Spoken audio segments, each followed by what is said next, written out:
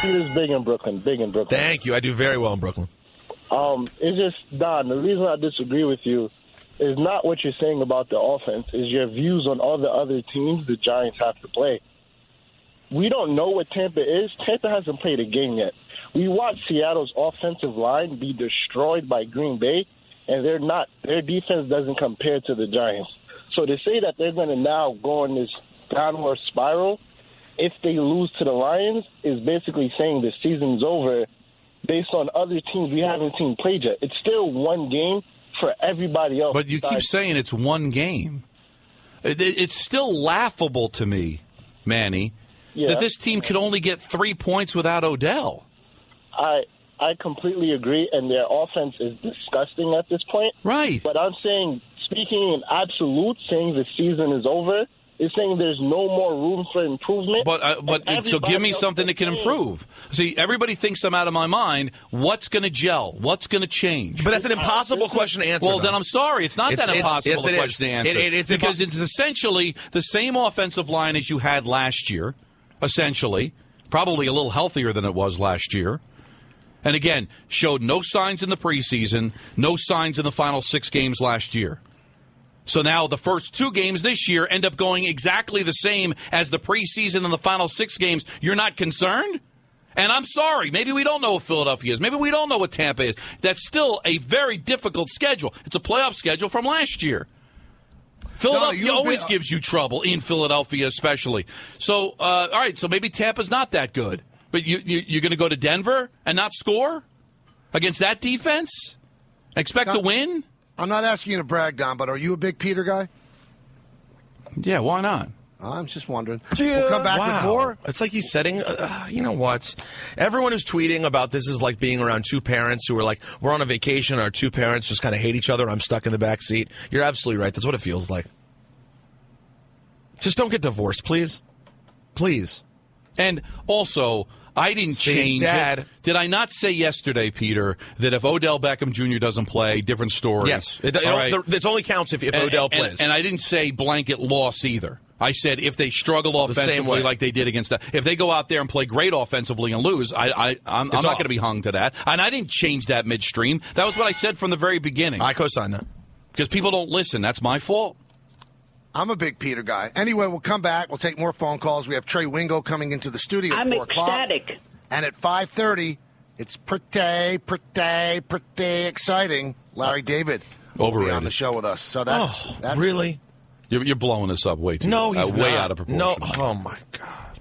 Don, you really, it's like you've lost your mind. Hey, Don, no, Michael. I'm speaking my mind. There's a difference. Michael, can you get Pat LaFontaine on the show in the 5 o'clock hour? Devalue me all you want. If that's the way to win, I am. I'm just a hockey guy that knows nothing. Hit the news sounder. This just in. I'd rather talk to Kevin Smith. Just got a call from Pierre Turgeon's agent. This is going to be big. Wow, he is really just, he's annihilating you, Don. No, I'm not. I'm having fun. You deserve it today. Guys, I said stop fighting. Please don't keep fighting. Please. I'm sorry. I thought maybe having opinions would make for a good talk show. You know what? It just made for 2 segments. I agree with Michael. K is the better way to go. So, Michael, whatever you say. How dare you? Did you call me Michael Decay? No, he did not. No, Decay. I can't believe something that I say to you almost routinely. That I said it on the QT. What was up? We all looked at each other. You were in a real bad mood, and I wanted to know what was going on. Are you doing better, Michael? No. Not better at all? No. Why not? But I'm a professional, and I'm looking forward to Larry David. But, you know... And then the audacity to say I'm doing Larry David a favor. You are. Oh. Don't disrespect this show. This is a top 10 show in New York City afternoon drive. You don't think he sees a chance to be able to promote his show on it? No, he's coming on as a favor I'm sorry. I'm sorry. Not to promote his show. I thought I was on a show that actually meant something and that it can actually change people's lives and get people interested. I didn't realize that we needed Larry David as some way to save the show. Peter, you be the tiebreaker. Does Larry David help us more, or do we help Larry David more today? There's a third option, Michael. No, Peter. I'd like to have Peter answer, please. How about letting Peter talk 70%? That's very. Now he puts a lot of pressure on me how to answer this. Larry is doing us more of a favor. However, he did do Kimmel this week. Like, he is in promo mode. So the timing of you asking him for a favor was at a time when I'm sure he minds it as little as possible. I will say that. How about that? Great. You know what? Both, I can't win your with own you. show, both of you. Go do your own show. We're supporting the show. I think it's fabulous we're having Larry David on. He's tremendous. He's funny. But I'm sorry, one hand washes the other. And by the way, you stood up my guess yesterday, Michael, so I don't want to hear a word from you. And Cena seemed offended. Am I right, Michael? Don? Well, I think he understood. Yeah, I don't know. He may not recover. We made it work. Is that available on the podcast for people? I would hope. There is a specific... Because a lot of people pass out at 6:30. They're home, they go to dinner, they don't even know that John Cena... I mean, what a first day of our 15th anniversary. We have on A-Rod talking... He actually spoke about Jennifer Lopez on the show. Jace, yeah. No, you're not a Jace. You mentioned J-Rod, and he responded. And he took the football and ran it like beast mode. Right. Anybody else he hangs up the phone? No, he did not go beast mode. It was like a 3-yard trot into the end zone, hand the ball to the referee. I'm going to correct you, okay? I said you had lunch with Gary Sanchez. Right. What did you say in that lunch? Because he has been on fire since. He said, I really didn't say much. He was just listening to J-Lo. I never even brought it up. Oh, no, that opened the door for me to bring it up. Do you want to know the honest point? You know the honest to God's truth? When he said Jennifer did a lot of the talking, I know this sounds insane, and you probably think, do I even listen to the show? I assumed Jennifer was someone from the Yankees organization. I didn't even think he meant J-Lo was saying things to Gary Sanchez. That's Mage. And then you said J-Rod. Then you mentioned J-Rod, and he continued with it, which is... Right. So, yeah, that is a pretty big... Michael, just I'd like to see you go off. Did you see any of the tweets yesterday that were like, oh, wow, A-Rod and John Cena, a fugazi baseball player and some stupid fake wrestler? Did you see that? No. Was it a lot of tweets or just one low IQ person? I got a few sending hate about having a wrestler on a sport. I thought this is a sports show. But it's John Cena. One of the highest ratings we ever gotten on this show is having Shane McMahon on. So pipe down, everybody. We'll have on who we think is good. And that Paul Orndorff on. We had John Cena. You watch your mouth. I would do anything. I'd be very excited to have Mr. Wonderful on this show. Let me tell you one thing about John Cena, okay? A wonderful charity in this country. Wonderful. Is Make-A-Wish. Yep. With children that are sick and they ask for a wish. And he has fulfilled more wishes than any person in the world. Yep. That's not hyperbole. That's the truth. He's not just some wrestler. He's a charitable guy, you bunch of clowns. And for the record, I would want to say that I would be willing to grant a lot of wishes, but unfortunately no sick children have any interest in meeting me. No sick people do. I mean, really, you could kill somebody if you showed up. This portion of the Michael K. Show jokes. On 98.7 ESPN brought to you by Mercedes-Benz of New Rochelle. Mercedes-Benz of New Rochelle is offering exceptional offers on remaining 2017 models during the model year-end sales event. Going on now. Stop by or visit them online at mbnewrochelle.com. So the Yankees have now turned thumbs down into a thing. Yeah, what is that? What is the thumbs down business? Yeah, Todd Frazier, who's not in the lineup today, because they say he has back spasms, and I'm doing air quotes. But I think that this was the day Joe was resting him anyway. But he's available off the bench. Not able to play, but available off the bench. He'll be back in the lineup tomorrow. Amazing. Okay, whatever. Todd Frazier hits that home run at Citi Field off the facing of the second deck. 3-run shot. And then a young man in a blue shirt and black suspenders, a heavy gray beard, and big glasses, like tortoiseshell glasses, with a very stoic look on his face, has a thumbs down. Our director, John Moore, picked him up. So now the whole team has picked this up. So every time somebody does something, it's thumbs down. So I said yesterday on the show that the New York media is going to hunt this guy down. Well, Brandon Cuddy of NJ.com hunted him down. Okay.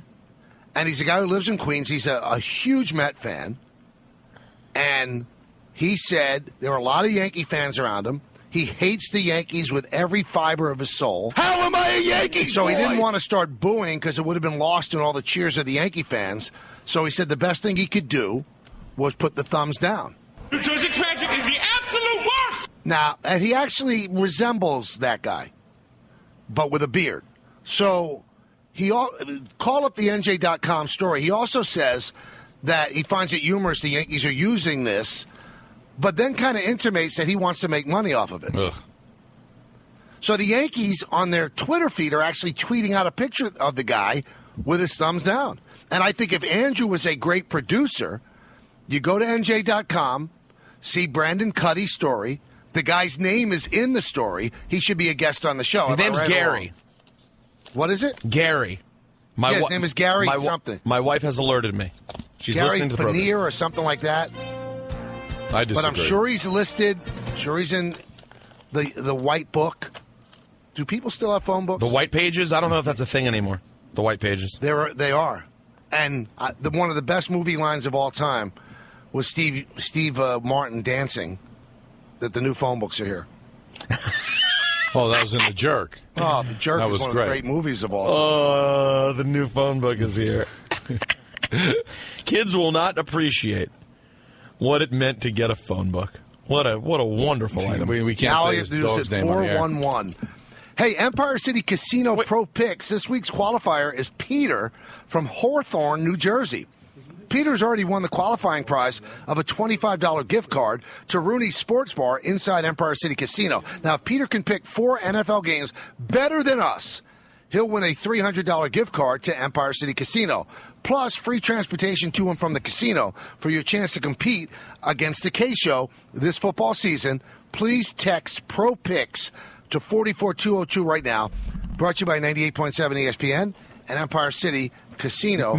Game on. Michael, Don, did you hear the real gem in what was just said? Well, his attempt at Hawthorne? No, well, that is always the thing, but I'm not trying to say that today. But that Michael just said, I said, well, kids will never know what it was to get a phone book. And Michael, as if, and I think he was being serious, as if we were living in a modern time, but that modern time is 1990, said, and now all you have to do is call 411.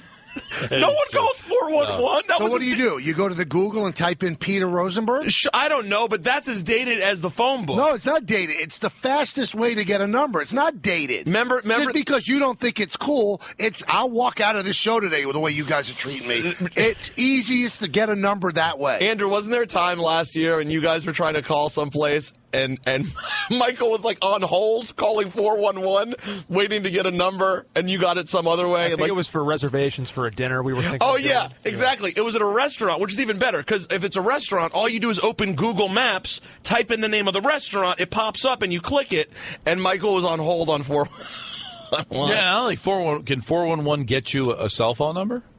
I don't know. Yes. It can? I believe it can. I don't know. It's funny because I'm making fun of you about this, but truthfully, I don't know the way to get someone's cell phone number. Because when I call 411, I would give like the name, their address, and then you give me the phone number, but there's no address to give when it's somebody's cell. Now we're talking about our football picks, which will be at 5:45 right after Larry David. Now, I had a tremendous week last week at 3-1. And our listener also was 3-1, and ties go to the listener. But Don was 1-3, and Peter was 2-2.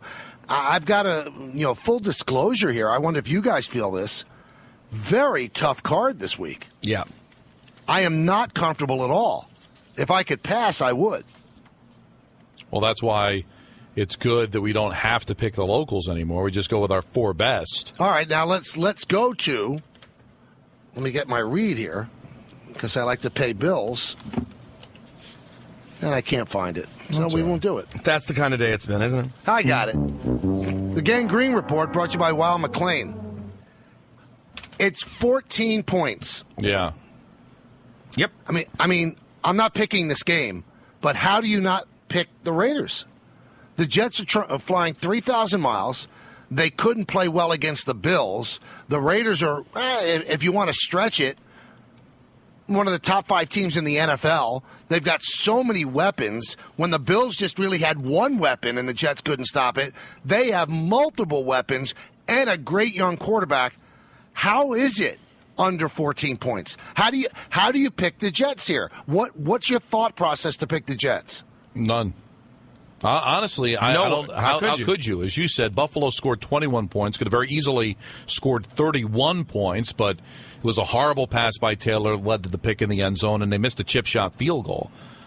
So now you're going to Oakland, and they should be able. They're a much better offensive team than Buffalo. So even if your defense plays better than it did against Buffalo, Raiders should still be able to get over like 24